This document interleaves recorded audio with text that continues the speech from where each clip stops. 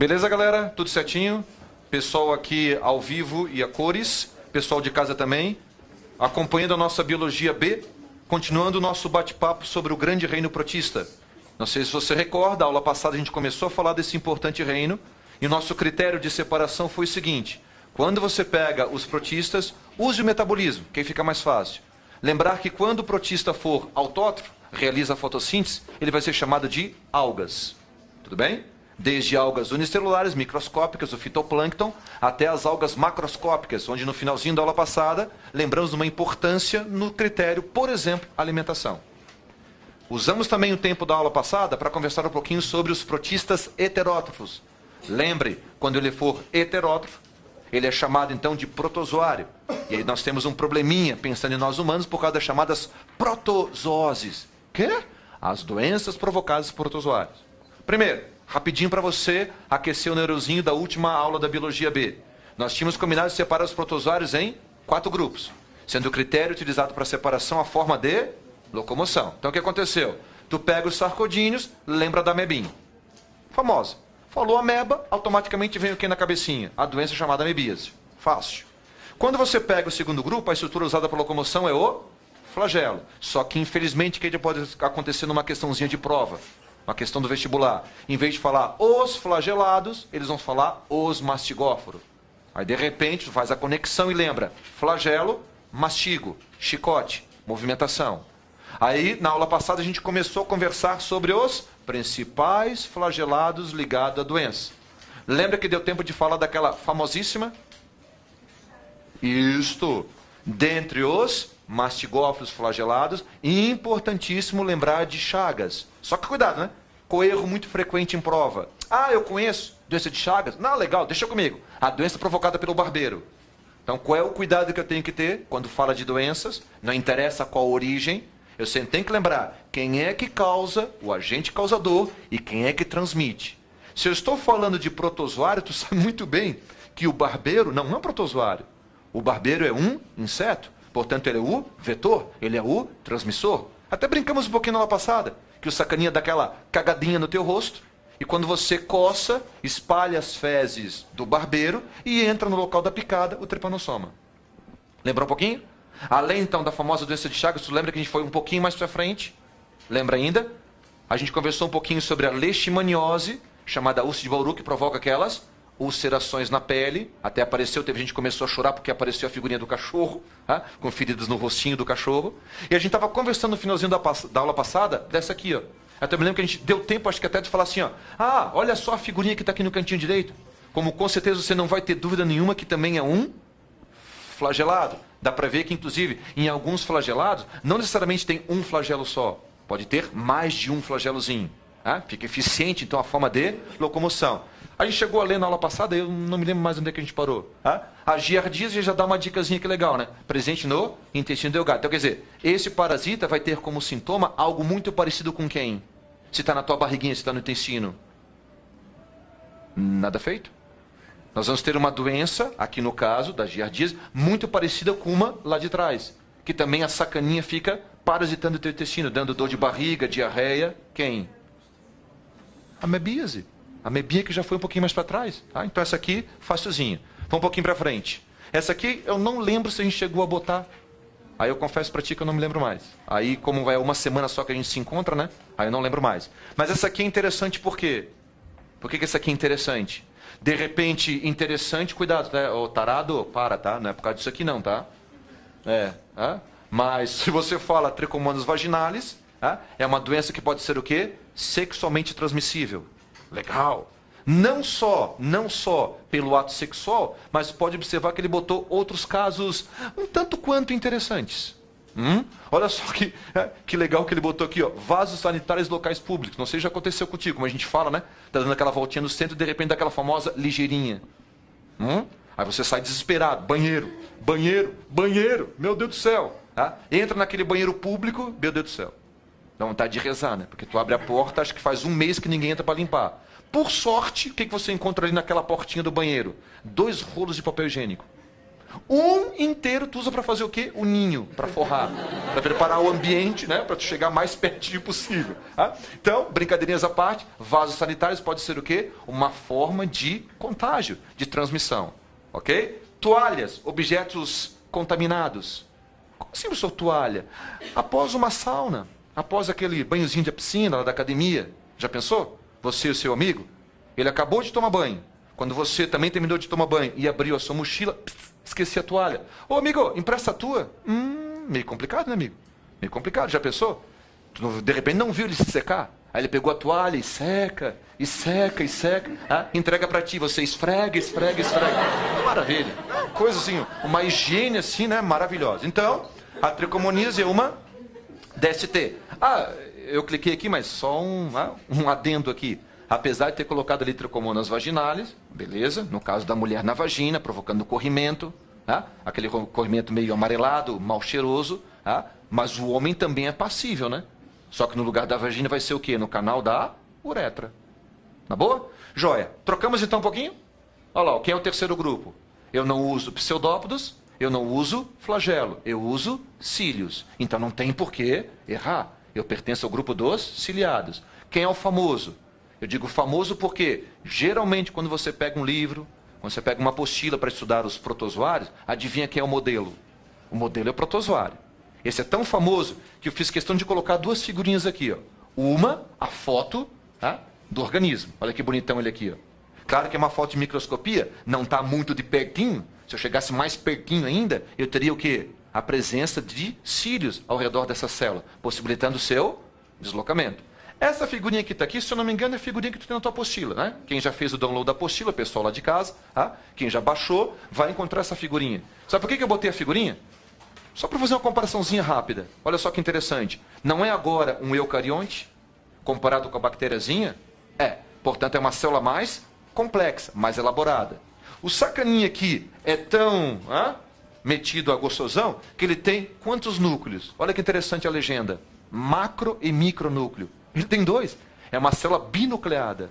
Outra coisa que de repente chama atenção, a presença de uma estrutura típica de célula eucarionte, porque a bactériazinha não tem, para regular a entrada de água por osmose. Nome bonito, né? O chamado controle osmótico. Como esses animaizinhos, falei errado, como esses organismos vivem em água doce, o que acontece passivamente por osmose? A entrada de água na célula. Para regular e evitar que essa célula fique cheia d'água, túrgida e acabe arrebentando, apresenta os chamados vacúolos contráteis, também chamados de vacúolos pulsáteis, que eliminam esse excesso de água e mantêm a célulazinha em equilíbrio osmótico. Gostou? Só para te mostrar como agora esse organismo é mais complexo quando comparada com o anterior, que foi a bactéria. Fechamos o nosso bate-papo de protozoários, as doenças, com o último grupo. Quem lembra? Esporozoário não apresenta estrutura de locomoção. Só aquele grupo, né, ou aquele grupo é exclusivamente formado por seres parasitas, que vai usar o quê? O vetor ou o próprio sistema circulatório do seu hospedeiro para poder se locomover. Doença importantíssima. Não aparece o nome da doença, mas já dá uma dica para ti. Olha o plasmódio aqui. Ó. Olha que foto bacana é essa. Olha essa imagem de microscopia. Tens ideia quem são essas células redondinhas aqui do teu sangue? As hemácias. A hemácia vai ser a vítima, a célula parasitada pelo plasmódio. Então aparece aqui o plasmódio, aparece aqui umas flechinhas vermelhas indicando a hemácia que está parasitada. E na direita, não é uma foto, né? Na verdade é um desenhozinho esquemático, mostrando que quando essa hemácia recebe a visita desse plasmódio e ele se reproduz dentro dela, ela acaba sofrendo o quê? Lise. A célula acaba arrebentando e liberando na corrente circulatória novos plasmódios para continuar o ciclo de infestação. Enquanto na doença de Chagas precisou do barbeiro, lembra disso? Doença de Chagas precisou do barbeiro. Na malária precisa de quem? Do mosquito. Vetor para a doença de Chagas, barbeiro. Vetor para a malária, mosquitinho. Dá uma olhadinha nessa figurinha para fechar. Olha que figurinha interessante de dar. Dá para parar um pouquinho e falar algumas coisinhas sobre ela, porque é muito interessante. O que tu acha de começar a viagem aqui assim? Ó? Olha só que bacaninha aqui. Ó. Aparece um mosquitinho pousado no braço do indivíduo. Que, por sinal, a gente podia até fazer um pequeno comentário, né? É a mosquitinha, né? Não é o mosquito, é a mosquita. Tá? Porque quando você fala em picar o indivíduo e sugar o sangue, é só a fêmea. Lembra que a fêmea precisa do sanguezinho de mamíferos para o amadurecimento e formação dos seus ovinhos. Como o macho não produz ovinhos, tudo bem? Aí tem aluno que faz aquela perguntinha interessante, professor, então o que o macho come? O macho, além de comer a fêmea, também vai comer o quê? Seiva de planta. Ele é chique, ele é vegetariano. Se alimenta de seiva de plantinha. Ah, legal. Então, aparece ali a mosquitinha picando o indivíduo. Não sei se tu lembra o que o mosquitinho faz antes de picar. Não, cocô, aí é o barbeiro. Cocô é o barbeiro. Não, o que ele faz antes de picar? Lembra que ele dá uma babadinha? Ui, que nojo. Ele joga um pouquinho de saliva naquele local onde ele picou. Porque na saliva existem duas coisas importantes que ele precisa. O anticoagulante, para o sangue fluir, e um anestésico. Anestésico, não sei se já aconteceu contigo. Você só descobriu que foi picado depois que essa caninha já saiu voando com aquela barriga cheia de sangue. Você tentou, desesperado, pegar ela, não deu mais. Já foi embora. Então, anestésico e anticoagulante. Sabe o que existe no mosquito que está parasitado pelo plasmódio? Na glândula salivar do mosquito fica o plasmódio. Então, quando ela joga a salivinha para dentro, quem é que entra junto? O plasmódio. Cai na corrente circulatória, não sei se tu percebeu que ele está querendo mostrar aqui bem no meio grandão. Aquela baita glândula, acho que até o Marquinhos já comentou contigo, né? Sobre tecido epitelial glandular. Então, uma das glândulas importantíssimas no nosso corpo, que é o fígado. No fígado o que acontece? Esse parasita se aloja nas células do fígado, chamado hepatócito, e se divide ativamente dentro dela. E olha aqui o que acontece com a pobrezinha da célula aqui embaixo. A célulazinha arrebenta, sofre lise, e pode ver com essas bolinhas verdinhas nesse desenho esquemático, representa novos plasmódios que são liberados na corrente circulatória. Segunda fase da doença, vem aqui para baixo. Sai das células do fígado e começa a atacar as hemácias, os glóbulos vermelhos. Por isso aquele meu slide anterior, mostrando a hemácia arrebentando. É durante esse ciclo da hemácia que aparece o sintoma típico da malária.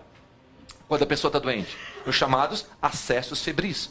A pessoa tem aqueles picos de febre intercalado com sem febre. Novo pico de febre intercalado sem febre. A febre acontece quando a hemácia arrebenta, libera na corrente circulatória novos plasmódios com as toxinas produzidas pelo bichinho. Portanto, como forma de defesa, o que o teu corpo faz? Eleva a temperatura. Ficou legal? Para fechar o ciclo, olha aqui embaixo. Vem o mosquitinho e suga o sangue numa pessoa doente. Ao sugar o sangue numa pessoa doente, vem o quê? Hemácias normais e hemácias com plasmódio. Quando esse mosquitinho sugou o sangue e pica uma outra pessoa, fecha o ciclo. Porque ao picar uma outra pessoa, vai colocar no sangue dessa pessoa novos plasmódios. Ficou legal? O detalhezinho aqui que ele está colocando nessa figurinha aqui, ó, nesse ciclo ampliado, é para te mostrar que dentro do estômago do mosquito acontece também a reprodução do plasmódio.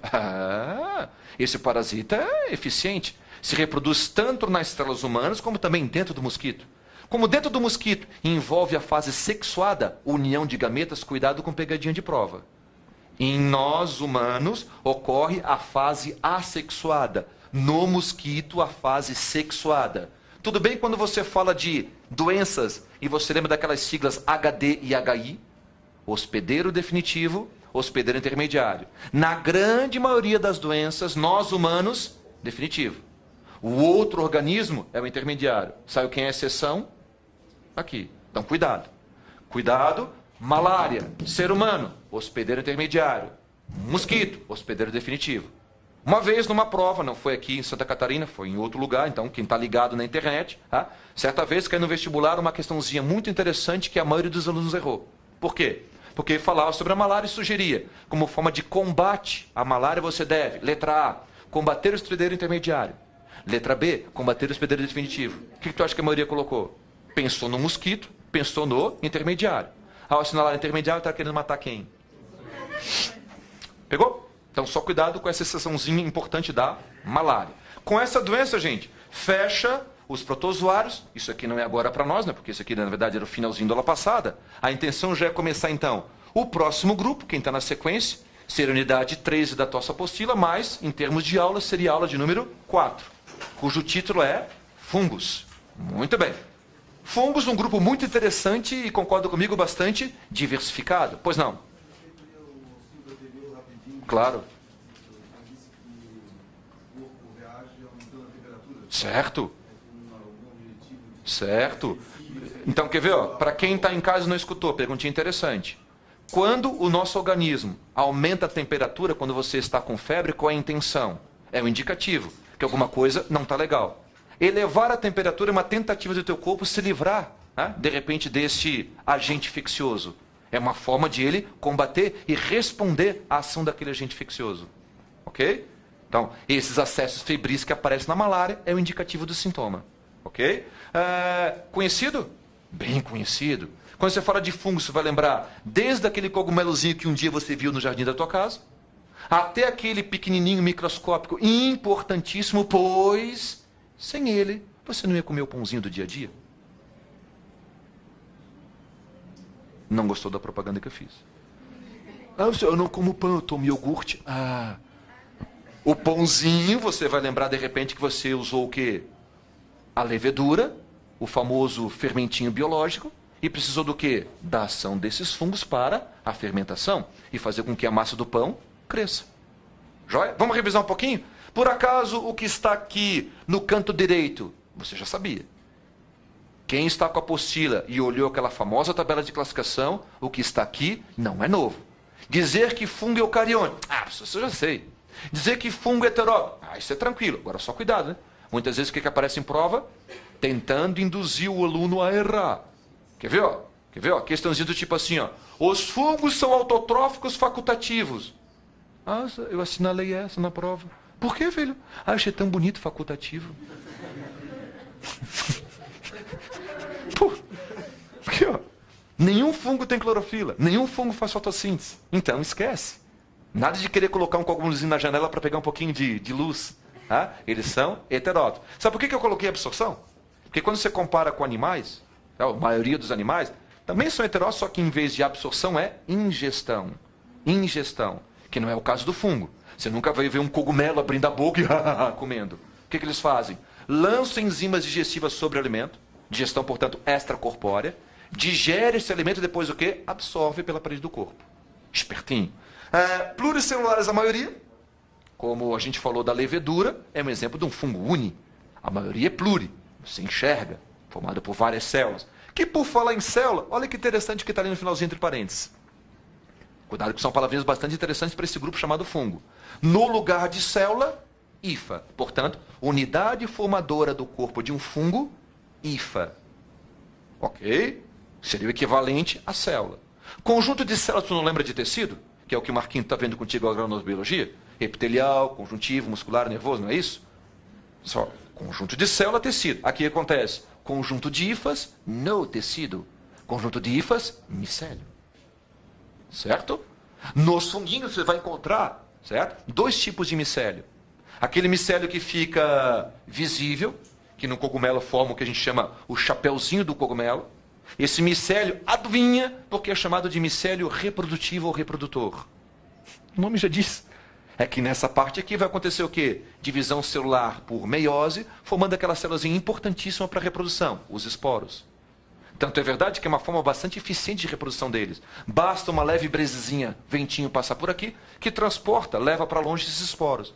Esse esporo cai no local favorável, germina, cresce como se fosse uma sementinha. Então essa é uma forma bastante eficiente de reprodução. Cuidado, hein? Se eu falei esporos, é reprodução assexuada. Certo? Beleza. A parte do micélio que penetra no solo. Olha que nome legal. Micélio vegetativo. Tu lembra de algo? Vegetal, planta. Qual é a partezinha da planta que penetra no solo? Não são as raízes? Tu não vai lembrar que raiz tem basicamente a função de absorção e fixação da planta? Então fechou. Associa, compara a raiz da planta com esse micélio vegetativo do funguinho, matou a questão.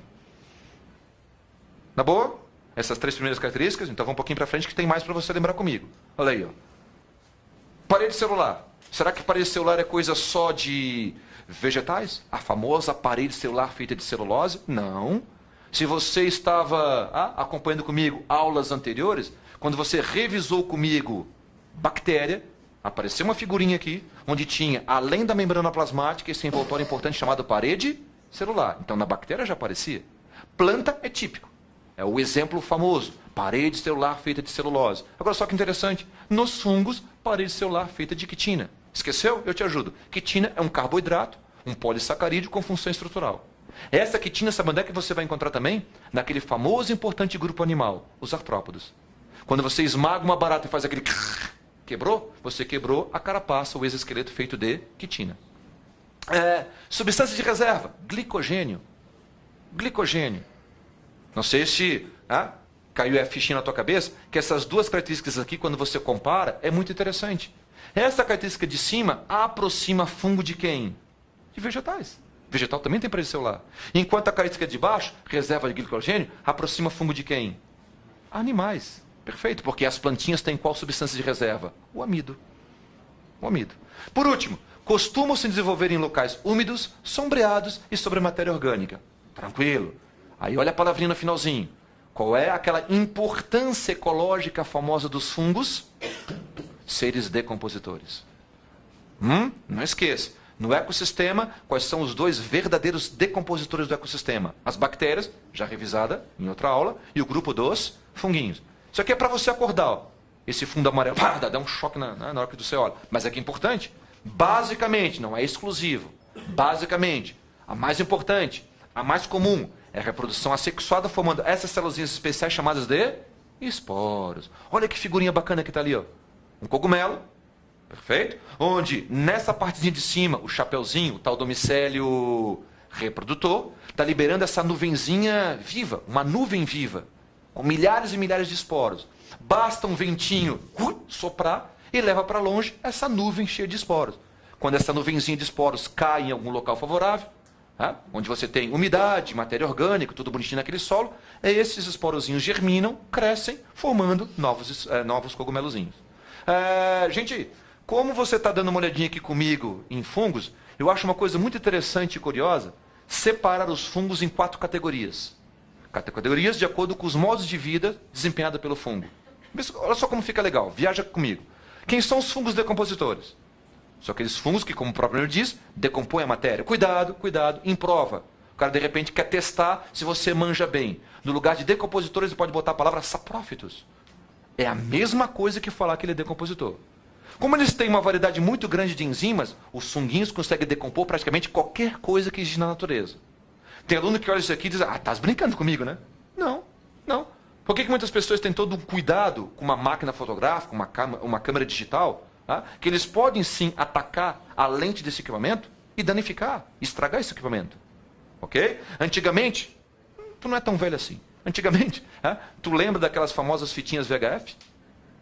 Do videocassete? O que você tinha que fazer antes de devolver para a locadora? Tinha que rebobinar aquela coisa toda. Aí você olhava para cima daquela fita, se ela estava guardada no local inadequado, não aparecia aquela manchinha branca por cima? Aquela fita já estava fungada. Por isso mesmo, quando apareciam as mídias tipo CD, DVD, hoje Blu-ray, o que muitas pessoas fazem? Transfere os dados daquelas fitas antigas e coloca nessas novas mídias. Senhor, então agora está seguro, que lá não vai estragar nunca. Claro que também estraga. Olha onde é que tu vai guardar. Só que era muito mais fácil fungar aquelas fitinhas magnéticas do que agora essas mídias CD, DVD. Ok? Olha só que interessante. Tu acha que estragar aquele móvel da tua casa, aquela cama de madeira, aquele armário, é só cupim? Claro que não.